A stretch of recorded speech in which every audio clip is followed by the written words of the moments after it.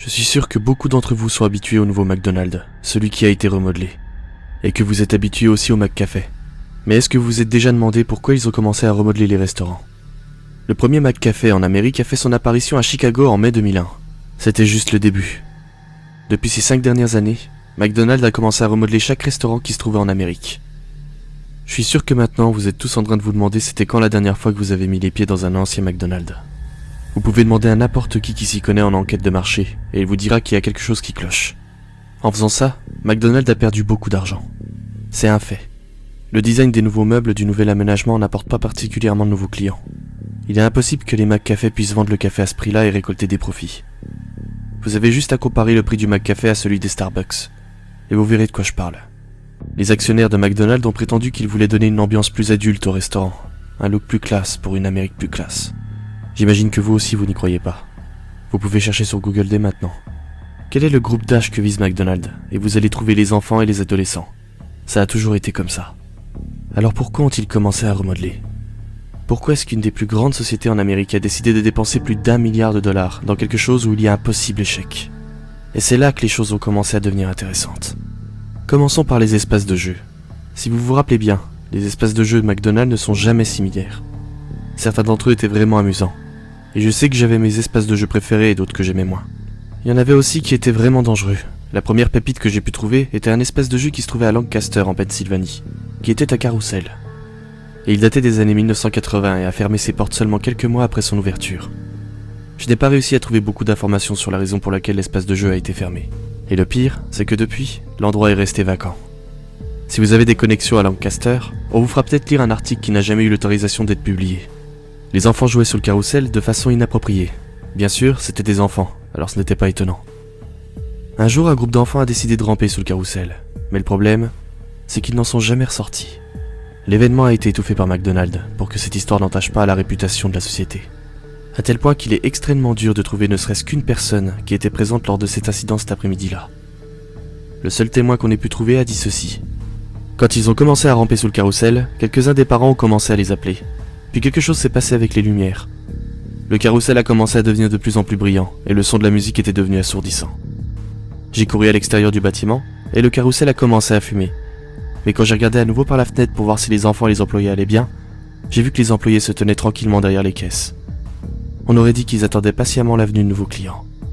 Au fur et à mesure des années, des histoires toutes plus bizarres les unes que les autres ont commencé à faire leur apparition.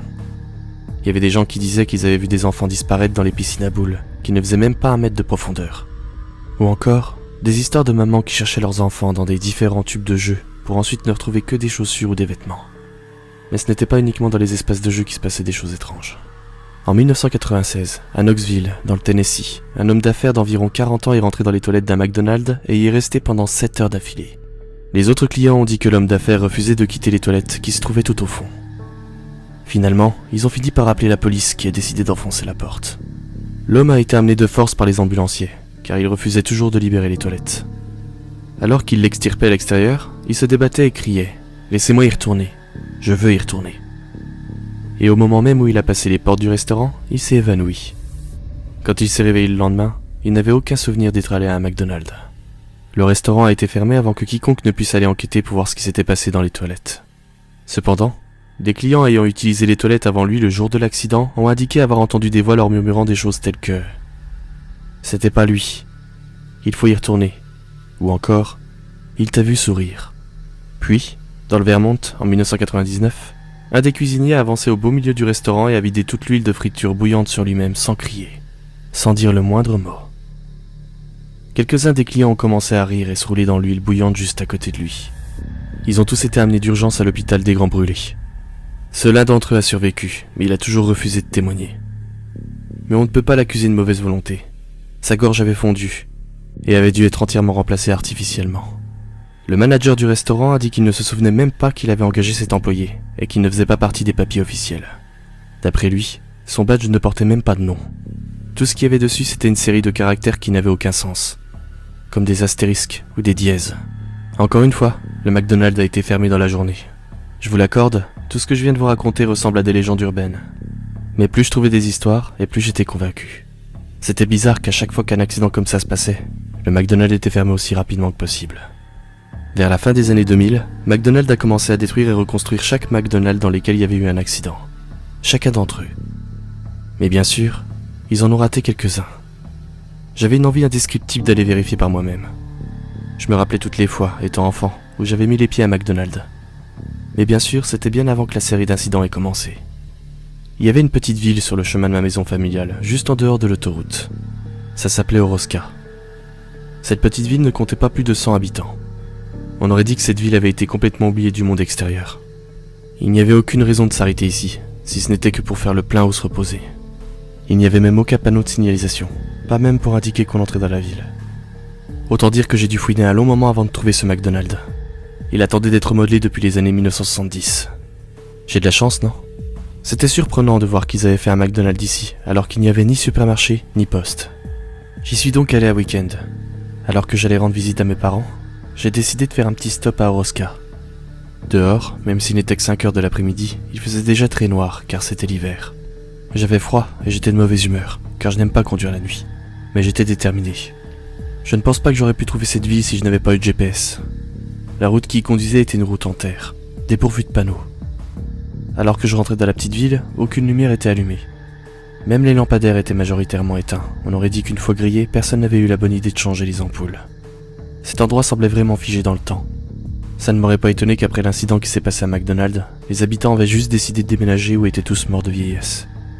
Bref, on aurait vraiment dit une ville fantôme. J'allais perdre espoir quand je l'ai finalement vu.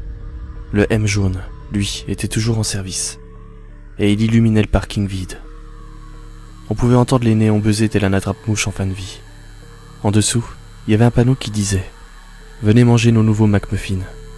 Nous aimons vous voir sourire. » J'ai avancé jusqu'au parking et je me suis garé n'importe comment au milieu de celui-ci. Quand je suis sorti de ma voiture, j'ai senti quelque chose de mou et humide sous mon pied. Il y avait un hamburger couvert de moisissures. Un liquide verdâtre s'en échappait. L'odeur était à vomir. Je me suis baissé pour essayer de retirer le hamburger de sous ma chaussure et je me suis rendu compte que tout le parking était couvert de détritus. Il y avait des barquettes de frites à moitié mangées et des jouets défraîchis, couverts de graisse. Le tout était couvert d'un mélange de neige et de terre. Je me suis dépêché de traverser le parking, et quand je me suis approché de la porte, j'ai remarqué qu'elle était obstruée par la saleté. Quelqu'un avait accroché un papier sur la porte qui disait « Fermé », en grosses lettres rouges. Alors que le panneau qui se trouvait à l'intérieur disait clairement « Ouvert ». Avec précaution, j'ai poussé la porte. Une cloche artificielle s'est fait entendre alors que la porte s'ouvrait. C'était la musique du slogan de McDonald's. J'ai regardé à travers la pièce éclairée par le M fluorescent. Et j'ai vu qu'il n'y avait pas âme qui vive. Personne assis aux tables et personne derrière les caisses. Quelqu'un avait laissé un plateau sur l'une des tables. C'était là le seul indice qui prouvait qu'il y avait eu de la clientèle récemment. L'intérieur était un tout petit peu plus propre. Les jouets sur le comptoir représentaient des personnages que je n'avais jamais vus avant. L'endroit était entièrement recouvert de peinture jaune et rouge. Et toutes les tables étaient en bois. Le bois, lui, semblait complètement moisi. On avait l'impression qu'il avait été recouvert de vernis pour cacher la misère. Le seul truc qui m'a le plus marqué, c'était l'odeur dégoûtante de plastique brûlé. J'ai avancé jusqu'à la caisse, je ne voulais rien commander, juste poser quelques questions. J'ai attendu pendant au moins 15 minutes en silence. Et j'ai fini par crier « Y a quelqu'un ?» Mais je n'ai reçu que mon écho en réponse. J'avais déjà été dans quelques McDonald's où le service était lamentable, mais là ça dépassait l'entendement. Mais vu l'état de l'endroit, j'aurais dû m'y attendre. Alors que je m'apprêtais à abandonner et rebrousser chemin, la caisse enregistreuse s'est soudainement ouverte. On aurait dit qu'elle m'invitait à me saisir de son contenu.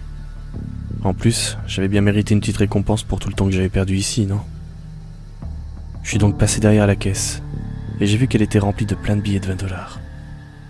J'ai rapidement regardé autour de moi pour vérifier que personne ne regardait, et j'ai tendu la main à l'intérieur. Mais la caisse enregistreuse s'est immédiatement refermée sur mes doigts. Le métal a creusé profondément dans ma chair, laissant une longue traînée de sang sur les côtés de la caisse. J'ai crié de douleur. De l'autre côté du comptoir, j'ai vu qu'il y avait un kit de premiers soins accroché au mur de la cuisine.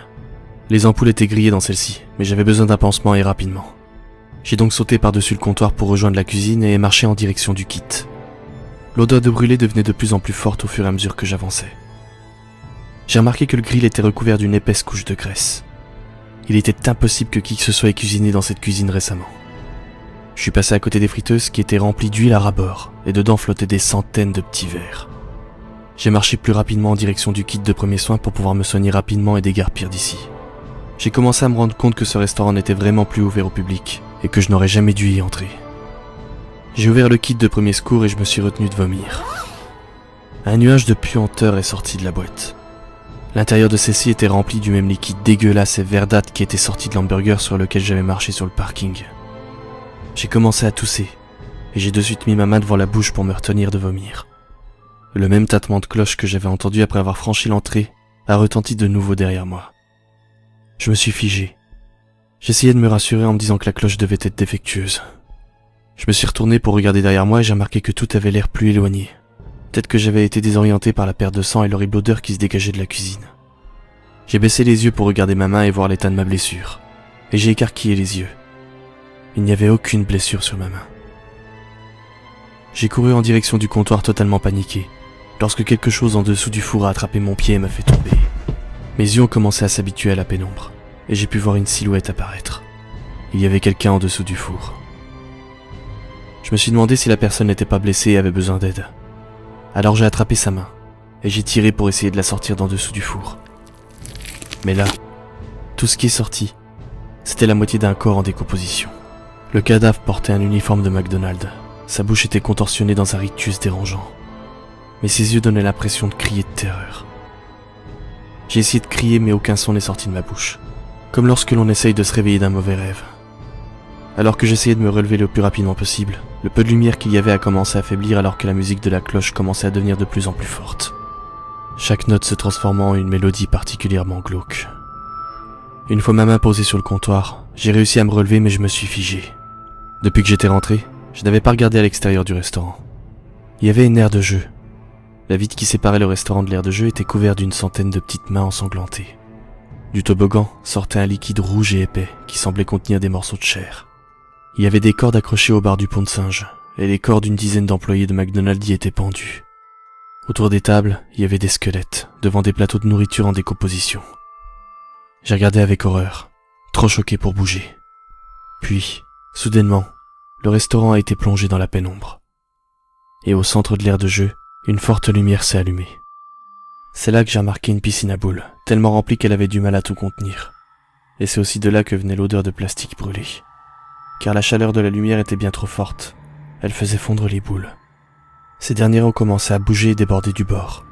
Et j'ai remarqué qu'il y avait quelque chose qui bougeait à l'intérieur. Je voulais vraiment courir, mais mon corps refusait de m'obéir. Et aussi rapidement que ça avait commencé, la musique s'est arrêtée, et le mouvement à l'intérieur de la piscine aussi. J'ai regardé pendant plusieurs secondes, en silence. Et là, un gant jaune a commencé à sortir lentement de la piscine, bougeant ses doigts de façon étrange. Puis, la manche commençait à apparaître. Petit à petit, je découvrais les couleurs de celle-ci. Rouge, puis blanc, puis encore rouge. Des rayures qui commençaient lentement à se montrer. Puis, progressivement, tout s'est accéléré. Le bras montait et montait de façon surnaturelle, jusqu'à atteindre plusieurs mètres de hauteur, jusqu'à ce que sa main touche l'ampoule. Puis, lentement, il s'est mis à la dévisser. J'ai commencé à courir, bousculant tout sur mon passage, et il a réussi à la dévisser juste au moment où j'arrivais aux portes de l'entrée. J'ai donné un coup d'épaule tellement violent dans la porte que j'ai cassé la vitre au passage. Alors que j'atteignais le parking, j'ai entendu un cri qui provenait de l'intérieur du restaurant. Et d'un coup, quelque chose a murmuré tout près de mon oreille. La voix était déformée, tout comme la mélodie des clochettes à l'entrée du restaurant. Elle m'a dit « Reviens vite, j'aimerais te voir sourire. » Jusqu'à aujourd'hui, je n'ai parlé à personne de cette nuit-là. Quelques jours plus tard, j'ai vu un article en ligne qui disait qu'un grand feu était survenu à Oroska et avait brûlé la ville entière. Je ne sais pas si c'était pour cacher des preuves ou quelque chose d'autre, mais une chose est sûre, je n'avais pas l'intention d'y retourner pour le découvrir. Si je vous partage cette histoire aujourd'hui, ce n'est pas parce que j'ai une quelconque envie d'en découvrir plus. Je la partage uniquement pour prévenir le maximum de personnes. Je ne vous dis pas de ne pas aller dans les nouveaux McDonald's acheter vos Big Mac ou autres McFlurry, mais si vous voyez un des anciens McDonald's, n'y allez pas. Il faut que j'arrête de parler maintenant, et que j'aille prendre mes antidouleurs. Ma main me démange de plus en plus, mais ce qui me fait mal, c'est ma mâchoire. Je me souviens de ces mots qu'il a susurrés à mon oreille. Je ne sais pas ce qu'il m'a fait, mais c'est en train de fonctionner. Ma mâchoire se tord de plus en plus. dans un rictus forcé, que je ne peux contrôler.